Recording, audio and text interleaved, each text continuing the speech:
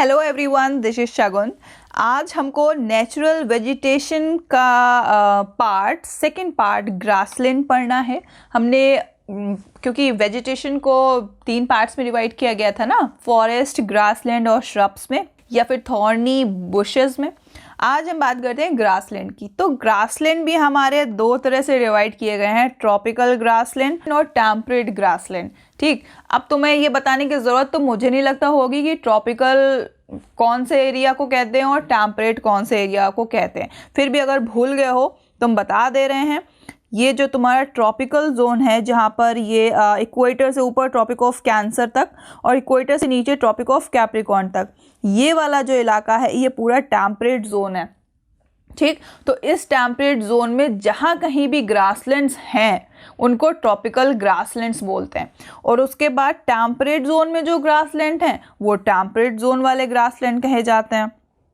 कौन कौन से? ये वाला जो जोन है ट्रॉपिक ऑफ कैप्रिकॉर्न, कैंसर से लेकर ऊपर आर्कटिक सर्कल वाली लाइन, और नीचे ट्रॉपिक ऑफ कैप्रिकॉर्न से लेकर नीचे एंटार्कटिक सर्कल वाली लाइन। यहाँ पर जो ग्रासलैंड होंगे वो टेम्परेट ग्रासलैंड होंगे। अब डायरेक्शन तो क्लियर है, एरियाज, लोकेशन तो क्लियर हो गई। अब बात करते हैं कि क्या होते हैं ट्रॉपिकल ग्रासलैंड। ग्रासलैंड तो समझ में आ रहा है, लैंड का मतलब जगह, ज़मीन, और ग्रास का मतलब घास। तो जिन ज़मीनों में घास होती होगी उन्हीं को ग्रासलैंड बोलते हैं। और जो ट्रॉपिकल, अगर में ट्रॉपिकल एरियाज में है तो ट्रॉपिकल ग्रासलैंड। अब देखो, क्या तुम सोच रहे हो क्या ये वही है?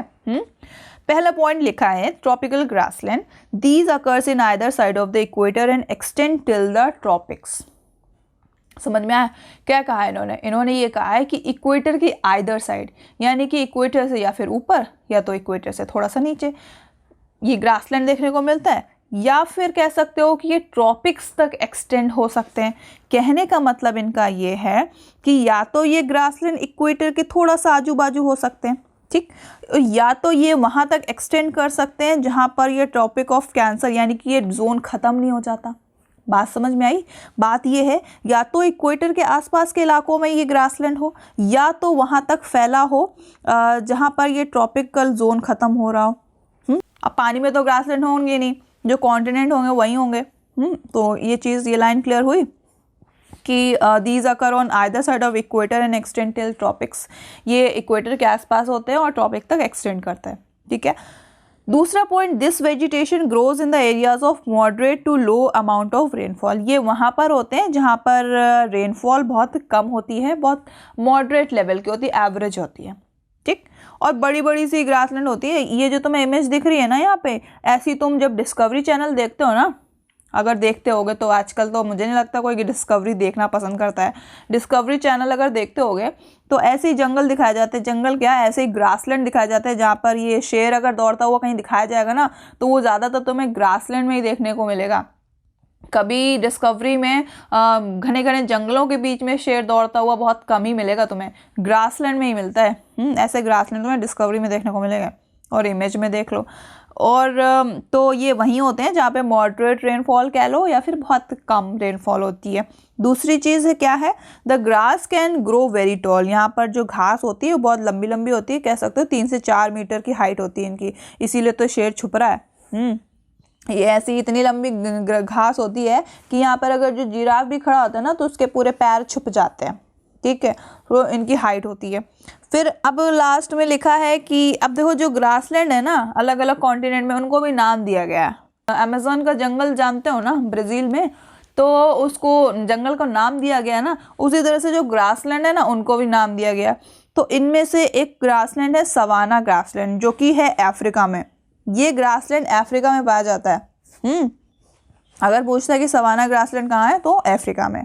उसके बाद यहाँ पर एनिमल कौन कौन से हैं, तो यहाँ पर एनिमल ये elephant, zebra, giraffe, deer, leopards, ये ट्रॉपिकल ग्रासलैंड के कॉमन एनिमल्स हैं। और अक्सर ये सारे एनिमल तुमको इन्हीं ग्रासलैंड में देखने को मिलते हैं। जब भी किसी भी चैनल पे या फिर किसी भी इमेज में ये एनिमल दिखाए जाते हैं ना, तो वो ऐसी ही लोकेशन पे उनका शूट होता है। कहने का मतलब वो ग्रासलैंड वाले इलाके ही होते हैं जहाँ पर ये इनका फ़ोटो शूट होता है। अक्सर देखा होगा, अगर डिस्कवरी देखते हो अक्सर देखा होगा। अब ये अपना फ़ोटो शूट कराते नहीं हैं, वो तो हमारे वाइल्ड लाइफ फोटोग्राफर हैं, वो इनका शूट कर लेते हैं चुपके से। उसके बाद दूसरा है टेम्परेट ग्रासलैंड। टेम्परेट तो मुझे नहीं लगता बार बार बताने की ज़रूरत है कि ये कौन से इलाके हैं। टेम्परेट ग्रासलैंड क्या होते हैं? These are found in the mid-latitudinal zone and in the interior part of the continent। ये कॉन्टिनेंट के इंटीरियर पार्ट में लाया करते हैं। मिड लैटिट्यूडनल जोन तो पता ही होगा, मिड लैटिट्यूडनल जोन यानी कि लैटिट्यूडनल लाइंस, लेटी हुई लाइंस होती है ना हमारी अर्थ सरफेस पे ऐसी ऐसी, और टेम्परेट जोन ये है। तो टेम्परेट जोन में मिड लैटिट्यूड्स मतलब यहाँ पर ये ग्रासलैंड होते हैं। और इन्होंने बोला ना कि जो कॉन्टिनेंट के इंटीरियर पार्ट में होते हैं, कहने का मतलब अगर ये पूरा कॉन्टिनेंट एक है तो इसके किनारे साइड में जो इसकी बाउंड्री है, यहाँ पर ये ग्रासलैंड देखने को नहीं मिलेंगे। ये ग्रासलैंड देखने को मिलेंगे अंदर की साइड में, एकदम इंटीरियर में। ठीक, अब देखो क्या लिखा था यहाँ पर, लिखा था these are found in the mid latitudinal zone and in the interior part of the continent, and in the interior part of the continent. ठीक, दूसरा पॉइंट था usually grass here is short and nutritious. Tropical grassland में जो घास थी बड़ी बड़ी होती थी, 3 से 4 मीटर तक। यहाँ पर क्या है, छोटी छोटी है और थोड़ी सी न्यूट्रिशियस है। न्यूट्रिशियस यार ये हम लोगों के लिए नहीं है यार, जो वहाँ पे चरते हैं ना ये सब जानवर, उनके लिए न्यूट्रिशियस है। तीसरी चीज़ है यहाँ पर एनिमल कौन कौन से हैं, तो यहाँ पर जंगली बफलो, बिसन्स, एंटीलोप्स, ये यहाँ के इस टेम्परेट रीजन के जानवर हैं। ठीक है, और ये छोटी छोटी घास दिख रही है इमेज में, ये देखो,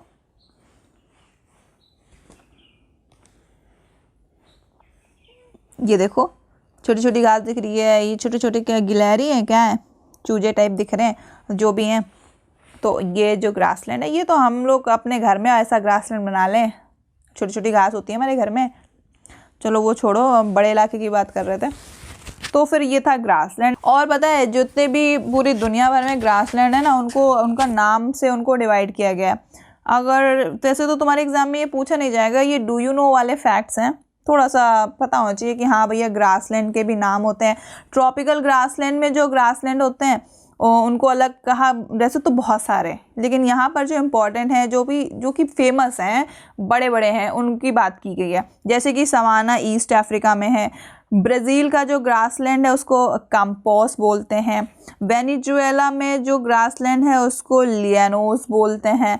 फिर टेम्परेट ग्रासलैंड में अगर बात करें तो अर्जेंटीना का ग्रासलैंड पाम्पास बोला जाता है। नॉर्थ अमेरिका का ग्रासलैंड प्रेरी नाम से जाना जाता है। साउथ अमेरिका का ग्रासलैंड वेल्ड नाम से जाना जाता है। सेंट्रल एशिया का ग्रासलैंड स्टीप नाम से जाना जाता है। और ऑस्ट्रेलिया का ग्रासलैंड डाउन नाम से जाना जाता है। तो ये कुछ ग्रासलैंड्स थे जो ट्रॉपिकल ग्रासलैंड में आते हैं और कुछ टेम्परेट ग्रासलैंड में आते हैं। इनको तुम्हें कुछ खास याद करने की ज़रूरत नहीं है, ये नहीं पूछे जाते तुमसे। थोड़ा पता होना चाहिए ना कि हाँ यार, जैसे जंगलों के नाम हैं वैसे ग्रासलैंड्स के भी नाम होते हैं। ठीक, तो ग्रासलैंड के नाम नहीं, मतलब कंट्री वाइज लोगों ने अपने कॉन्टिनेंट या फिर अपने कंट्री के ग्रासलैंड को एक नाम दिया है, जो पॉपुलर ग्रासलैंड्स थे उनको यहाँ पर मेंशन किया गया था। अब ये ग्रासलैंड एक बार थोड़ा सा मैप में भी देख लेते हैं तो शायद हमें याद रहे कि कहाँ पर है।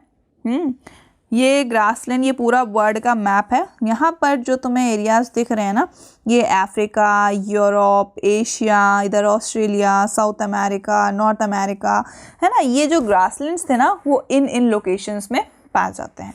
अब देखो, क्या ये लोकेशन चेक करो, क्या ये लोकेशन वाली लोकेशन है ट्रॉपिकल जोन या टेम्परेट जोन में आती है लोकेशन? ऑफ कोर्स आती होंगी यार। यहाँ ये पूरा यहाँ तक ट्रॉपिक ऑफ कैप्रिकॉर्न है, नीचे वाला पोलर रीजन है ना, ट्रॉपिक ऑफ कैप्रिकॉर्न इधर है। ये नीचे वाला पूरा हिस्सा जब तक एंटार्क्टिक वाली लाइन नहीं आ जाती और ऊपर आर्कटिक वाली लाइन नहीं आ जाती है ना, इनके बीच में ही तो ये पूरे ग्रासलैंड हमको मिलेंगे, ट्रॉपिकल जोन में और टेम्परेट जोन में। ट्रॉपिकल जोन और टेम्परेट जोन कहाँ तक फैला हुआ है भैया? जब तक टेम्परेट जोन, जब तक ऊपर नॉर्थ साइड में आर्कटिक सर्कल वाली लाइन नहीं आ जाती, वो जैसे आर्कटिक ओशियन है ना, यहाँ पर जो लाइन है इसके नीचे ये ग्रासलैंड होंगे और नीचे ये पूरा एंटार्क्टिक वाली सर्कल यानी कि इधर साउथ पोल में। तो ये चीज़ नहीं, सिर्फ इतने हिस्से में ये ग्रासलैंड देखने को मिलता है। ठीक है, तो भाई आज के लिए इतना ही, समझ में आ गए होंगे ये ग्रासलैंड की कहानी, और फिर हम अगली क्लास में देखेंगे थॉर्नी बुशेस, और देन उसके बाद एनसीईआरटी के questions, then chapter finish. Okay, so till then stay connected, and if you like this session please like this video and subscribe for the updates of the next classes. Okay, so bye bye.